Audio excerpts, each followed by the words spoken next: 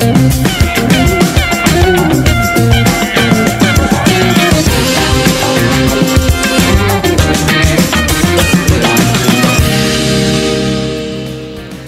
and good evening. I'm Melisa Idris. And I'm Sharaad Kuttan. Welcome to Consider This, the show where we want you to consider and then reconsider what you know of the news of the day. Tonight on the show, we're going to be taking a closer look at the Philippines and the case against the news site Rappler, which has garnered international attention. That's coming up in about 10 minutes or so, but first, some news. The National Population and Family Development Board, also known as LPPKN, under the Women, Family and Community Development Ministry, has appointed UMNO MP for Parit, Muhammad Nizar Zakaria, as its chairman. Now, for those who are not familiar, LPPKN provides family planning services and screening for cervical cancer and access to oral contraceptives for married women. Now, Nizar Zakaria replaces Dr. Nery, whose experience includes more than 30 years in the Ministry of Health, including a stint as Director of Family Health Development. Dr. Nery has also served as Regional Advisor for Maternal and Reproductive Health for several WHO regional offices. So this is particularly interesting, Sharaad, to note that Nizar's appointment comes amid this conversation about the necessary qualifications needed to head a government agency, right? Yeah, Melissa, and also there are all kinds of other, maybe even legacies of the Pakatan Harapan government, where certain narratives and discussions were opened up, including the question of empowering women in leadership, of empowering technocrats, of having individuals of merit, and also, of course, increasing diversity. And the question is, in all these instances we see, the removal of qualified professional women from leadership positions, the replacement not with other professionals, but actually politicians from the federal parliament, to be precise. And so all these, I think, have become points of discussion for many. So every time, and this is just yet another instance of a highly qualified woman being removed from her post. Yeah, and I'm very curious to know what Nizar Zakaria's stand is on reproductive health, education and rights. He hasn't actually come up to say, granted, I think the appointment was very recent, but you know, Dr. Nery has made her views very clear. She's got extensive experience in this. I wonder whether, you know, this will be a step forward for the LPPKN or you know, and see some progress in that. I think it's very important. You're absolutely right about the, you know, I guess replacing a qualified technocrat woman with someone who is not, you know, is a male and a politician, but you know, whether that was the right pick for this role is something I would have killed to be a fly in the wall of that room when it was made. The decision was made. I mean, why aren't we actually getting the reasons behind some of these removals? Rationale. Because it's not simply a question of a new government needing to change. It's we must think of policy continuity. We must think of all those elements that go in every time somebody is switched out for another person. Yes. And you know, you think there should be compelling reasons for switching somebody up, especially midstream, right? So they haven't had a good run at the organization. Why change them? Well, and in fact, if they have had a good run, perhaps you should keep them precisely because they've done a good job. And speaking of switching out, the MCMC has announced that human rights lawyer Eric Paulson is no longer part of its consultative council. Apparently, no mention was made whether Eric Paulson was removed from the post or he had resigned.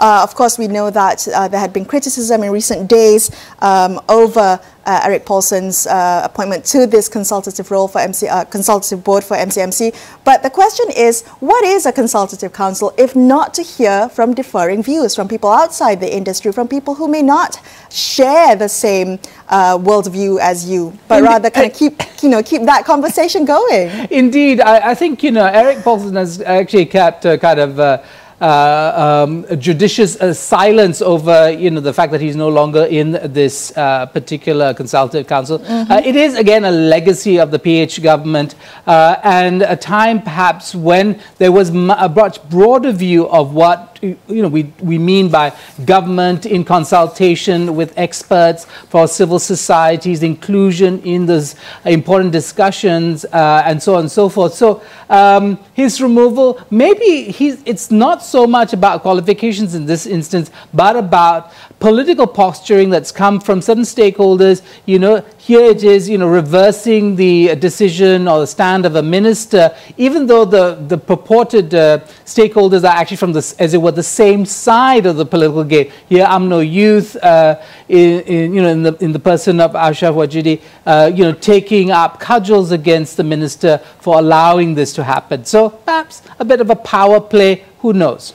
Well, in other news, we have DAP MP for Segambut, Hannah Yeoh. She's been summoned to Bukit Aman for questioning. This over a tweet she made back in March. Now, she had in that tweet inquired about the fate of the child marriage roadmap, which she had helped create as Deputy Minister of the Ministry of Women. And in that tweet, Hannah had asked what would happen to that plan under her successor, the past MP for Rantau Panjang.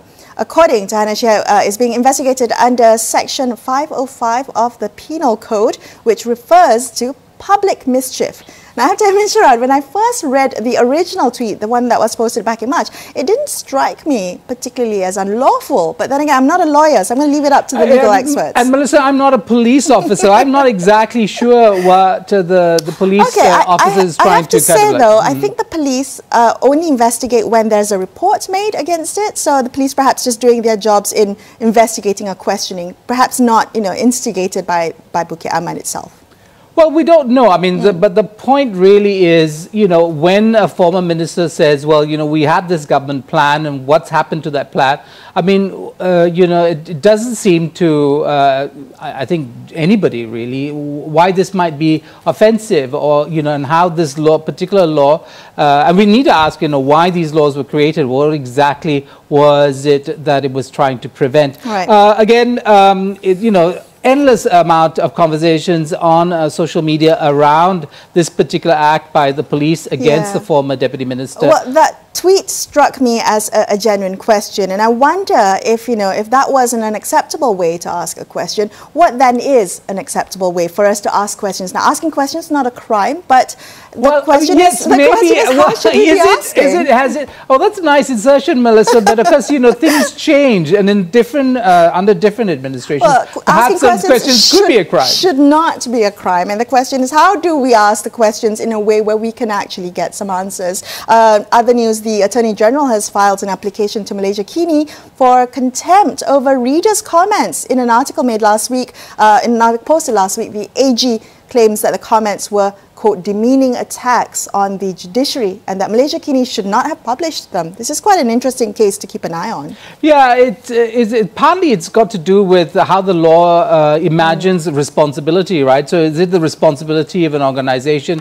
or a platform to censor libel and slander, or is it essentially a free-fall, and are they indemnified against the personal opinions that come through that platform? The reality of social media, the reality of the ways in which people can respond and interact with the media today, very different from what it was 30 years ago, when you might have sent a letter to the editor and it was edited before and and maybe even sent to the legal department before it was published. Today, that kind of scrutiny over comments perhaps much more difficult when you want to keep things fresh and quick and immediate. And I think that the immediacy of social media has created huge problems around the question of libel and slander. What struck me the most, Sharaad, was when I was reading this article, it had right at the top an editor's note that following legal advice, Malaysia Kini has disabled the comment feature for that specific article. I thought that was particularly interesting. All right, speaking about freedom of expression, in just a few minutes, we're going to turn our attention to the Philippines and the case against Rappler. So stay tuned to consider this.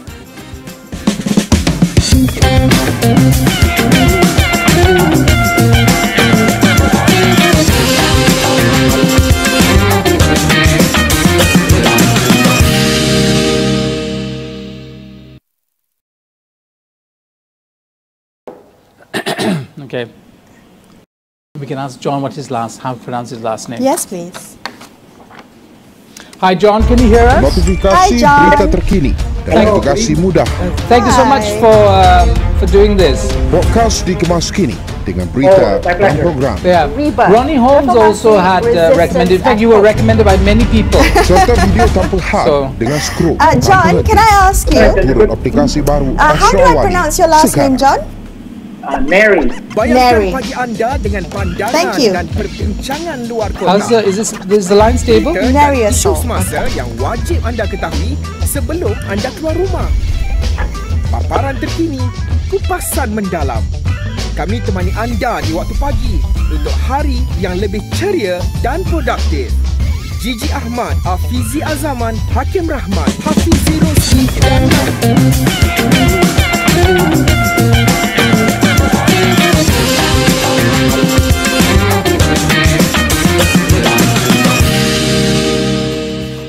Hi, you're watching Consider This. I'm Melisa Idris, with me, Sharaad Kuttan.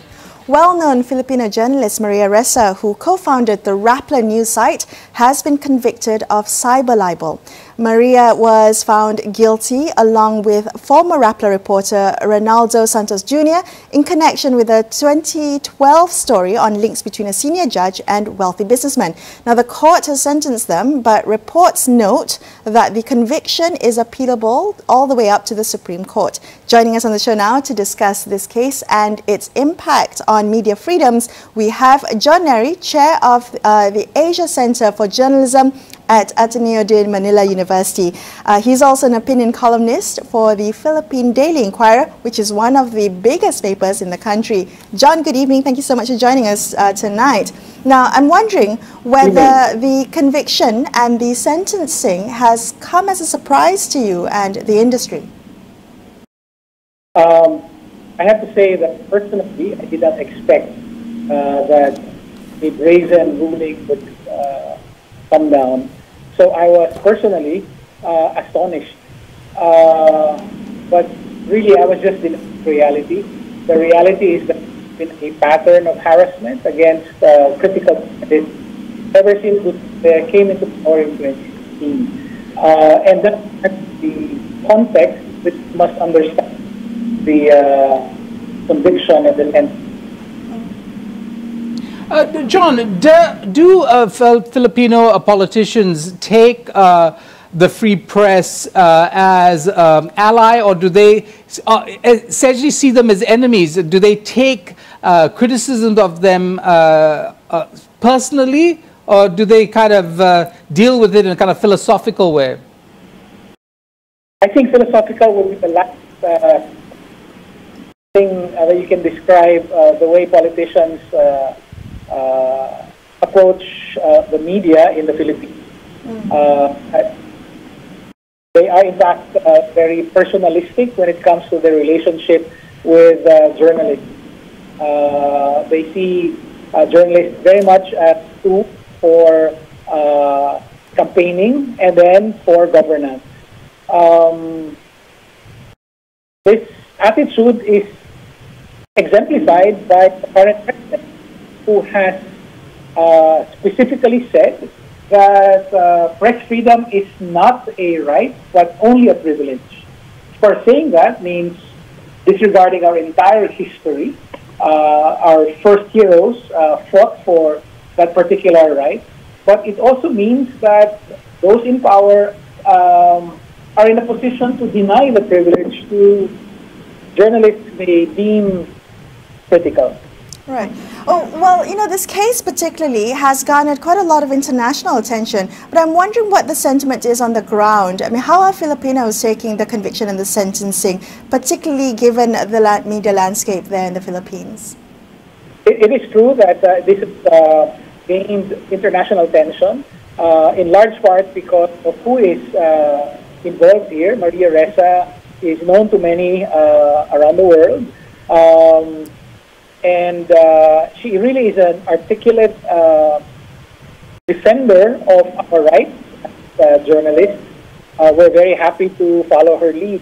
So we've received a lot of international attention for this. But your second question about sentiment on the ground, I'll have to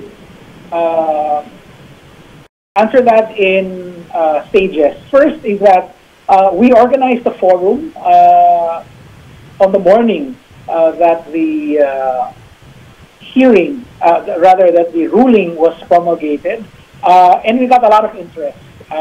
We had over 100,000 views, for instance, the last time I looked on our Facebook live stream. So there's a lot of interest. There are a lot of questions from a certain sector of Philippine society. There is also now a lot of pushback from those who are allied with the administration. There is a lot of social media struggles going on right now.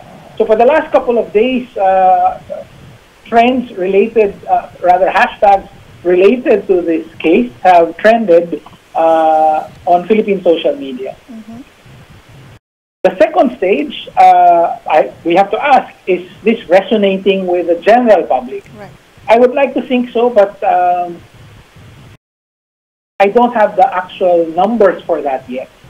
But what is your sense?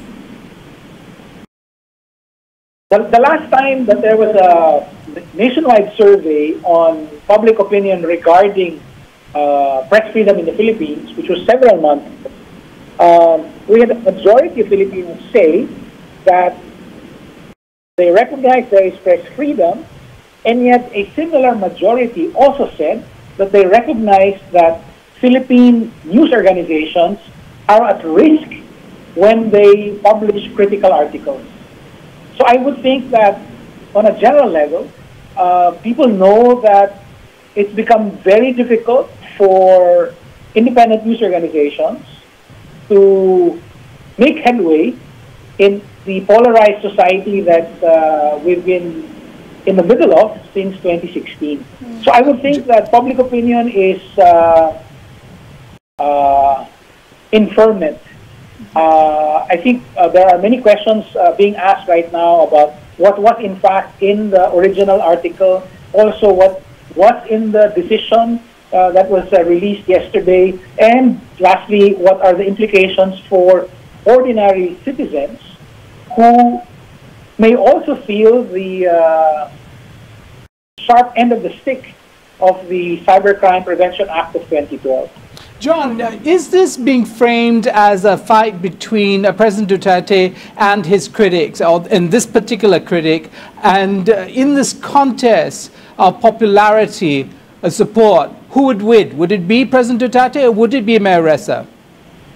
I think the question of framing depends on who you ask and what audiences you are interested in.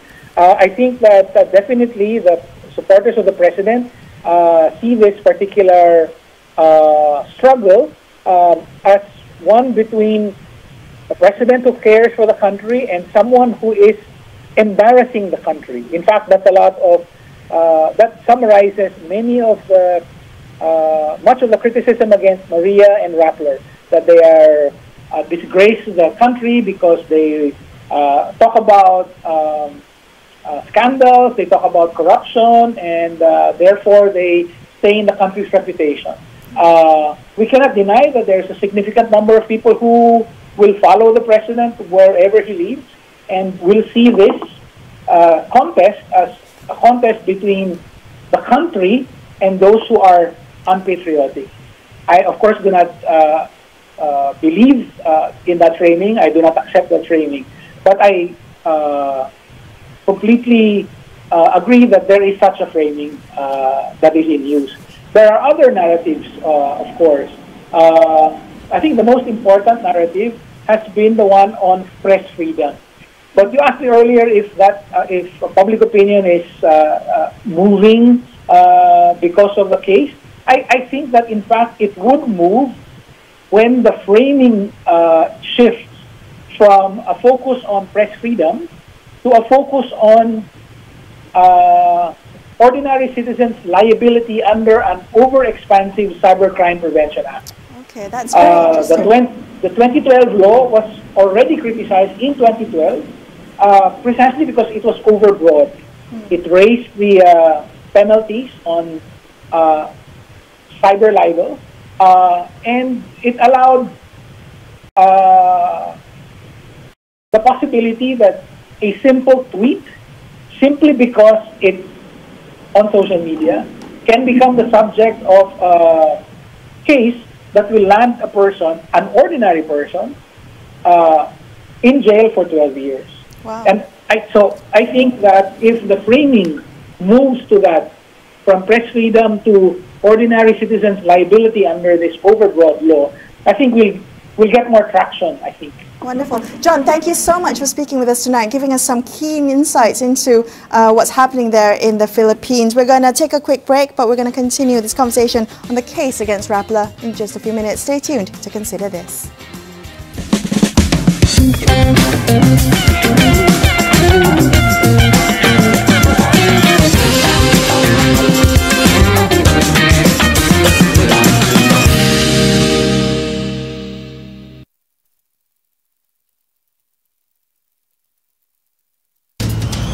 Kini News is now on Astro AWANI.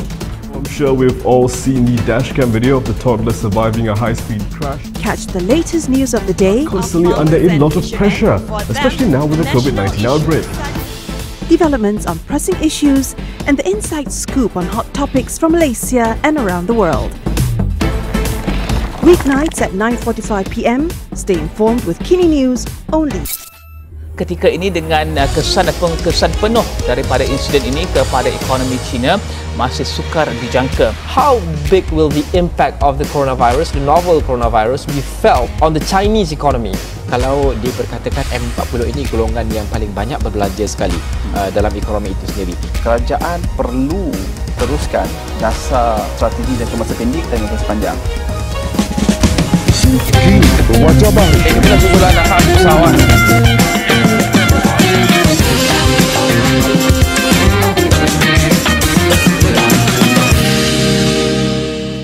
Hi, thanks for staying with Sharaad and I on Consider This. Let's continue our conversation about the case against Rappler in the Philippines. The cyber libel case is being viewed as a major test of press freedom. President Rodrigo Duterte has been particularly critical of Rappler, labeling the website as fake news. He's also attacked journalists as spies and warned that they could be targeted for assassination. Joining us on the line now to discuss what this high-profile case represents to the region, we have Ratna Ariyanti, Southeast Asia Coordinator for the International Federation of Journalists Asia Pacific. Ratna, thank you so much for joining us this evening. Now, what is the IFJ's position on the Maria Ressa and the Reynaldo Santos conviction? Okay, first of all, thank you for having me. I hope everyone in Astro AWANI is doing well amid the pandemic.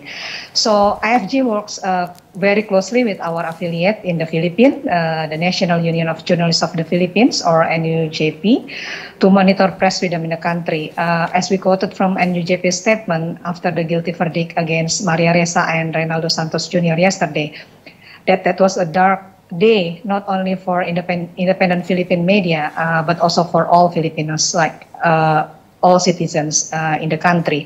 The verdict basically kills freedom of speech and also freedom of the press. It will have serious implications for democracy. We know that democracy is supported by a fourth pillar, which is journalism.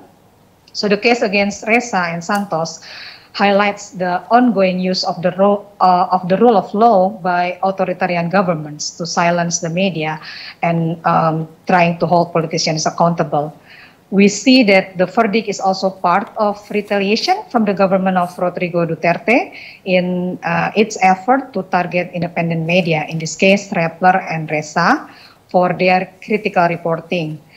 We know that Rappler has been covering the deadly war on drugs, which has caused the violent killing of thousands of Filipinos. Since 2018, Rappler and Ressa have faced at least 8 charges by different government agencies, including for tax case and libel. Ressa had to post bail 8 times last year, only for just to remain free. Wow. So we believe it is clearly politically motivated to silence the critical media, because how come the judges passed the sentence of verdict that guilty for both of them? for both Ressa and Santos if the cyber libel law had not existed at the time that the article was written in 2012. Right. I understand that there's some odd ways in which these charges were in fact framed based on a correction that was published in 2014 and so on and so forth. But I want to put that aside. Do you think that the Philippines institutions, the judiciary and so on and so forth will be able to withstand the pressures that are coming from the executive?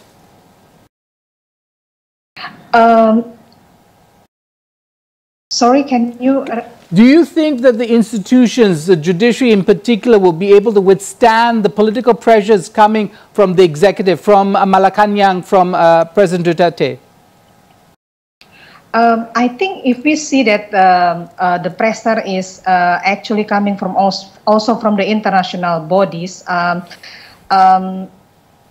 then it didn't change the judge's verdict yesterday. I don't think. I think this orchestrated by Duterte as well. So it's a part of their of his attempts to silence the critical media. We know that he was accusing and attacking journalists multiple times in several years. Yes, I want to come back. I want to talk a little bit about this cyber libel law in the Philippines and those similar to that in different countries. From a regional perspective, right now, have these types of libel laws, including the cyber libel laws, have they been used to silence critics?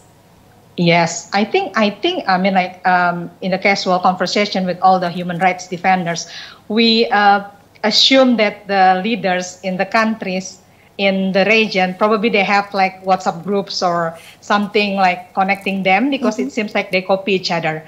Like we have seen the trend to use the libel laws in the different countries in Southeast Asia. Like although all countries are basically stated that they guarantee the freedom of the expression and freedom of the press, but the government seems they find ways to violate our basic rights.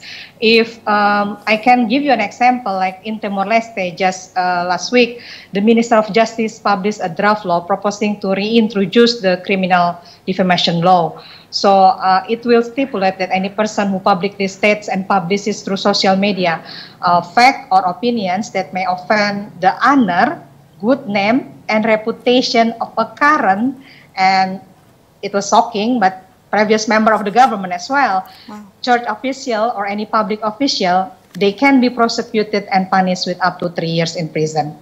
And in Indonesia as well, draconian laws such as the electronic information and transactions, or also known as ITE law, have caused journalists being arrested. Currently, Indonesia has one case of journalist.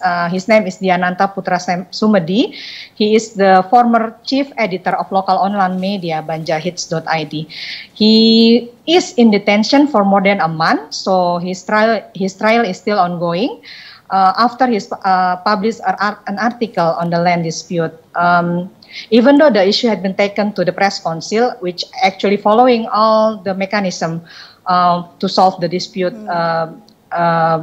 regarding the articles published by the press, but still the police prosecuted him, arrested him, and the case is still ongoing and now is in trial. Okay. So we have seen the sorry. Yeah. So unfortunately, Ratna, that's all the time we have. But I want to thank you so much for speaking to us tonight. We appreciate your time and your insights. I'm Melisa Idris.